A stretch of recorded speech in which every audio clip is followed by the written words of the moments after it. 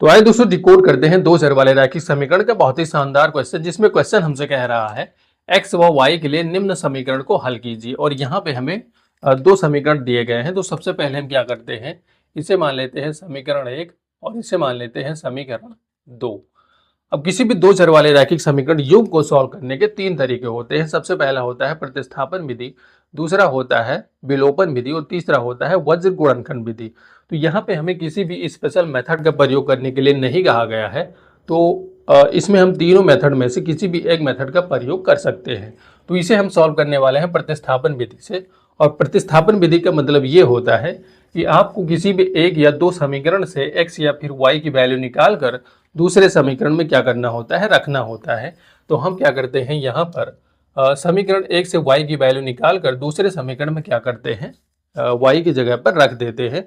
तो हमें भी यहाँ पर पता चलेगा एक्स का मान। तो यहाँ पे हम लिखेंगे समीकरण एक से, तो यहाँ पे जो हमारा समीकरण एक है वो है 2x minus y plus 3 equal to क्या है, 0। तो हमें क्या करना है, y की प्लस में वैल्यू निकालनी है। तो हम y को उस साइड में लेके जाएंगे और 2x और प्लस 3 इसी साइड में रखते हैं। तो यहाँ पे हो जाएगा 2x प्लस यहाँ पे होगा 3 इज इक्वल टू यहाँ पे हो जाएगा y। ये हमारा हो जाएगा समीकरण थर्ड। अभी हमें क्या करना है, यहाँ पे y की जो वैल्यू यहाँ पे निकल के आई है 2x प्लस 3, उसे हमें क्या करना है, समीकरण सेकंड में यहाँ पे रख देना है। तो हम यहाँ पे लिखेंगे y का मान समीकरण थर्ड में रखने पर। तो यहाँ पे हमारा जो समीकरण थर्ड है वो है 3x minus 5y plus 1 equal to 0। तो हम यहाँ पे लिखेंगे 3x ऐसे ही रहेगा, माइनस यहाँ पे होगा 5 और y की जगह पे हम रखेंगे 2x प्लस 3। तो यहाँ पे हो जाएगा 2x प्लस 3 प्लस यहाँ पे हो जाएगा 1 इज इक्वल टू यहाँ पे हो जाएगा 0। 3x अभी ऐसे ही रहेगा, तो यहाँ पे होगा 3x माइनस 5 का हम क्या करते हैं, अंतर मल्टीप्लाई करवाते हैं। तो यहाँ पे होगा माइनस 10x और माइनस और प्लस का मल्टीप्लाई होगा, यहाँ पे हो जाएगा माइनस 5 और 3 का होगा, तो यहाँ पे हो जाएगा 15 प्लस यहाँ पे 1 इज इक्वल टू यहाँ पे हो जाएगा 0। तो यहाँ पे 3x है प्लस में और यहाँ पे है माइनस 10x। तो 10 में से 3 सब्ट्रैक्ट होगा, तो यहाँ पे बचेगा माइनस 7x और यहाँ पे माइनस में 15 है प्लस में 1 है, यहाँ भी सब्ट्रैक्शन होगा। तो 15 से 1 जाएगा, तो यहाँ पे बचेगा 14 इज इक्वल टू यहाँ पे हो जाएगा 0। तो फिर इसके बाद में हम अगर यहाँ पे आगे देखें तो हमें x की वैल्यू यहाँ पे फाइंड करनी है। तो x को हम क्या करते हैं, 0 के दूसरे साइड लेके जाते हैं और माइनस 14 को इधर ही रहने देते हैं।